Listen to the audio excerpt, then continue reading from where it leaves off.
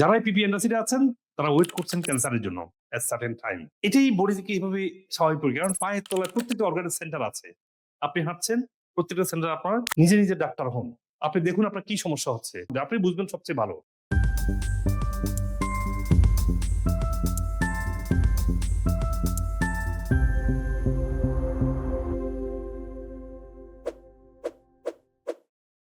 Physically active হওয়া লাগবে। Active হওয়াটা আমাদের স্বাভাবিক প্রক্রিয়া। এটাই বডি থেকে এইভাবে স্বাভাবিক প্রক্রিয়া, কারণ পায়ের তলায় প্রত্যেকটা অর্গানের সেন্টার আছে। আপনি হাঁটছেন, প্রত্যেকটা সেন্টার আপনার এক্সারসাইজ হচ্ছে, একটু আপগ্রেড হচ্ছে। তো হাঁটা, আল্লাহ কোরআনের মধ্যে হাঁটার কথা বলছেন। হাঁটাটা হচ্ছে আমাদের স্বাভাবিক প্রক্রিয়া। আমরা, আমার মনে হয় ১ ব্লক যেত আমরা রিক্সা নিয়ে এখন। ঘর থেকে বাড়ির সামনে আসছে গাড়িতে উঠি। হাঁটা যে একটা স্বাভাবিক প্রক্রিয়া এটা আমরা ভুলে গেছি। হাঁটা না, রাসূল ইসলাম দৌড়িয়ে আমাদেরকে দেখিয়ে দিয়েছেন দৌড়ানোটা আপনার জন্য পার্ট অফ দ্য লাইফ। তাই না? রাসূল ইসলাম শুধুমাত্র মানুষের সাথে দৌড়াইছেন তা না। উনি মদিনার রাস্তায় সকাল হলে হাঁটতেন। তাহলে হাঁটা, দৌড়ানো এগুলো কিন্তু রাসূল সাল্লাল্লাহু জীবন থেকে আমরা পাই। আজকে শিকাগো মেডিকেল কলেজ তারা একটা রিসার্চ করে দেখিয়েছে যে 40 মিনিট যদি ডেইলি কেউ হাঁটে, তার শারীরিক প্রত্যেক সেকশনে, প্রত্যেকটা সিস্টেমে তার ইমপ্রুভমেন্ট আসে। তো আপনার ডেইলি 40 মিনিট হাঁটার চেষ্টা করেন। যারা অসুস্থ তারা একটু 1 থেকে 2 ঘন্টা বেশি লাগবে। এরপরে আপনারা যারা আরো ভালো হতে চান, আরো সুস্থ হতে চান, তারা সকালে ডিটক্স করবেন। ডিটক্স কিভাবে করতে হয়? যখন উপবাস থাকবেন তখন ডিটক্সও করবেন। ডিটক্সিং প্রসেসটা আমি অনেকবার বলেছি। আপনার ধরেন ফ্লোরটা ক্লিন করবেন। শুধু কি এখানে ইউজ না করলে কি ক্লিন হবে? আর উপবাস থাকতেন ক্লিন হচ্ছে? একটু ডিটক্স না করলে, মানে আপনি এটা ক্লিন করছেন, একটু সাবান, ব্লিচিং না দিলে কিন্তু ভালো ক্লিন হবে না। ঠিক একইভাবে আপনি উপবাস থাকলে ক্লিন হবে একটু, কিন্তু ডিটক্সিং, ক্লিনজিং দিলে আরো বেশি ডিটক্সিং এ ফাস্টার হবে। তখন আপনার লাঞ্চ এবং ডিনারের জন্য আপনি তৈরি হলেন। ডিটক্সিংটা কি? ঘুম থেকে উঠেই যারা কনস্টিপেশন আছে তারা apple cider vinegar, baking soda mix করে খেয়ে ফেলেন। মিক্স করে খেলে এসিডের সমস্যা থাকে না আর। এসিডটা নিউট্রাল হয়ে যায় বেকিং সোডা দিয়ে। তারপরে লেবুর পানি খান। যাদের গ্যাসের সমস্যা লেবুর পানির মধ্যে একটু বেকিং সোডা মিশিয়ে দেন। তাহলে এসিড যাদের জ্বলে এটা আর জ্বলবে না। কারণ বেশিরভাগ মানুষই আজকে পেপটিক আলসার। Very sad. তারা কোন রকমের পিপিআই, অ্যান্টাসিড নিয়ে বেঁচে আছে। এটা আমরা চাই না। যারাই পিপি অ্যান্টাসিডে আছেন তারা ওয়েট করছেন ক্যান্সারের জন্য এট সার্টেন টাইম। কারণ ক্যান্সারের মূল হচ্ছে মাইক্রোবায়োটা, গাট ডিসফাংশন, ডিসবায়োসিস। ক্যান্সারের ১ নম্বর কারণ এটা না যে আপনি বেশি বাদাম খাইছেন। অফকোর্স ভাজাপোড়া খাওয়ার কারণে ডিসফাংশনটা হচ্ছে।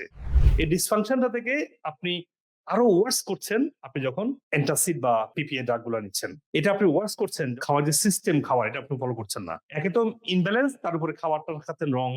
খাবারটা আমরা যেভাবে বলি ভালো করে চিবিয়ে খাওয়া, খাবারটার পেটের 1/3 খাওয়া, খাবারের সাথে পানি না খাওয়া, খাবারের আগে একটু বেকিং সোডা দিয়ে খাওয়া, এগুলো আপনারা করছেন না। এগুলা সাথে যদি আপনার পেটের সমস্যা থাকে, it is gonna be a cancerous cell তৈরি হবে। কারণ যখনই সেল তার প্রপারলি ডেভেলপ হতে পারে না, এই ডিফেক্টিভ সেলটাই একসময় অ্যাব্রাপ্টলি গ্রো করে, এটাই হলো ক্যান্সারাস সেল। এইজন্য আপনারা মেটাবলিজমটাকে সবসময় পারফেক্ট রাখতে হবে। নিজে নিজে ডাক্তার হন। আপনি দেখুন আপনার কি সমস্যা হচ্ছে। সে অনুযায়ী ভিডিওগুলো দেখেন, বুঝেন, নিজেকে সাপোর্ট দেন। আপনি বুঝবেন সবচেয়ে ভালো। ডাক্তার আপনাকে শুধুমাত্র একটা ওষুধ লিখে দিতে পারে। কিন্তু আপনার পেটে কি সমস্যা হচ্ছে সেই অনুযায়ী আপনাকে যদি টেক কেয়ার না করেন, আপনাকে কেউ হেল্প করতে পারবে না। সুপ্রিয় দর্শক মন্ডলী, আপনারা আপনাদের স্বাস্থ্য নিয়ে যে কোনো প্রশ্ন, যে কোনো পরামর্শ, যে কোনো সাজেশন আমাকে কমেন্ট সেকশনে দিবেন। আমি যথাসাধ্য দ্রুত উত্তর দেওয়ার চেষ্টা করবো ইনশাআল্লাহ। আপনাদের পরামর্শ অনুযায়ী আমি পরবর্তী ভিডিও এবং টপিক ঠিক করতে পারবো। আপনি আপনার স্বাস্থ্য সমস্যার জন্য যে কোনো বিষয়ের যে কোনো সাপ্লিমেন্ট চান, আমাদের ওয়েবসাইটে integmeds.com এ গিয়ে দেখবেন যে রোগভিত্তিক সাপ্লিমেন্ট বান্ডেল করা আছে। আপনি ওখান থেকে সহজেই ওয়ালমার্ট, ইবে, অ্যামাজন যেভাবে চান আপনি সেই প্ল্যাটফর্ম থেকে কিনতে পারছেন। এবং আমরা পৃথিবীর সব জায়গায় কুরিয়ারের মাধ্যমে দ্রুত আমরা পৌঁছে দিচ্ছি, কোন ধরনের হেসেল ছাড়াই। আর যদি আপনি মনে করেন যে না, আপনার স্বাস্থ্যের অনেকগুলো সমস্যা আছে বা কোন সাপ্লিমেন্টটা কিনবেন বুঝতে পারছেন না, এবং আপনি পৃথিবীর যে কোনো প্রান্ত থেকেই, সেটা বাংলাদেশে হোক, আমেরিকাতে হোক, যে কোনো ব্রাঞ্চে আপনারা আসবেন, আমেরিকা থেকে ট্রেন এবং আমার ট্রিটমেন্টটা পুরোপুরি ট্রেন হয়ে তারা আপনাকে এই ইন্টিগ্রেটিভ পদ্ধতি চিকিৎসাটা দিচ্ছে। তো যে কোনো সমস্যা আপনাকে এই হোলিস্টিক পদ্ধতিতে সুস্থ হওয়া দরকার হয় আপনার। অ্যাটলিস্ট 6 মাস কনস্ট্যান্ট ফলো থাকবেন, দেখবেন যে কোনো রোগ থেকে, যেভাবে আজকে সায়েন্স ডিসকভার করছে যে রুট কজ থেকে সুস্থ হওয়া সম্ভব, আপনাকে 24 ঘন্টা আপনি ডক্টরের সাপোর্ট পাচ্ছেন। আমি যদি আমেরিকাতে আছি, বাংলাদেশে আমার নামে অনেক পেজ তৈরি করে অনেক রং ভিডিও বানায় আমার বিরুদ্ধে, আর আমেরিকাতে বসে আমাদের এগুলো কন্ট্রোল করা সম্ভব না। সেজন্য আপনার পেজগুলো অ্যাভয়েড করে এই জন্য লাইক, সাবস্ক্রাইব করে রাখুন।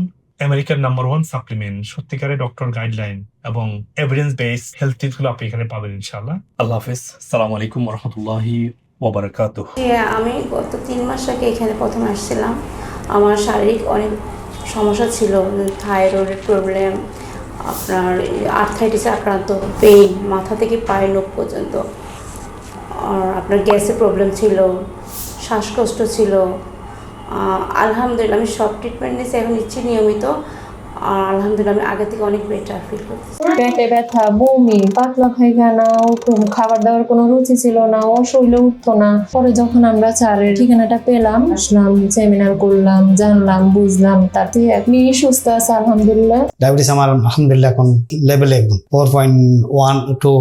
এখানের জন্য ফেথফুল আমি দোয়া করি, এখানে সবাইকে দোয়া করি যে এখানে যে সিস্টেমটা আমার মনে বিশ্বমিত কোথাও আছে কিনা জানি না, এটাই সবচেয়ে প্রথম টাইম আমি দেখলাম আর কি, একটা রোগীকে সুস্থ করে এখান থেকে বাইর করে।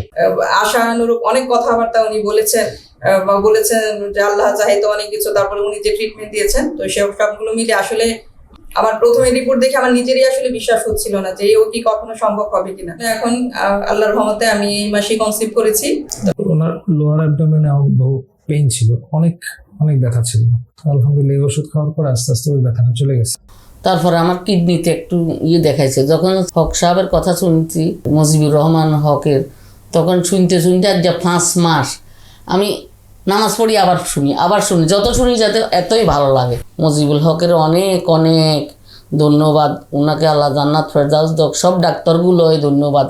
যখন ধরা পড়ে গলব্লাডার স্টোন, অনেকগুলো ডক্টর দেখিয়েছি, সবাই বলেছে এটা সার্জারি করতে হবে, সার্জারি ছাড়া কোনো ওয়ে নেই। তখন আমি পুরো ভেঙে পড়ি যে এত অল্প বয়সে আমি আমার গলব্লাডার কেটে ফেলে দিব, এটা কেমন একটা বিষয়। এরপর আমি ইউটিউব অনেক ঘাটাঘাটি করে হক স্যারের একটা ভিডিও পাই, ওই ভিডিও দেখে আমি আমেরিকান ওয়েলনেস সেন্টারের ঠিকানা জোগাড় করে এখানে আসি। এরপর মাহমুদা ম্যামের আন্ডারে গলব্লাডার ফ্ল্যাশ করি, আর 2বার ফ্ল্যাশের পরে আমার এত পাথর বের হয়েছে, আমি নিজে দেখে অবাক হয়ে গেছি যেগুলো আমার ভিতরে ছিল, সাথে আরো অনেক টক্সিনস বের হয়েছে। যখন আমি এমনি অনেক ডাক্তার দেখাইছি, ওষুধ খেয়েছি, কিন্তু কোনো কাজ হয়নি।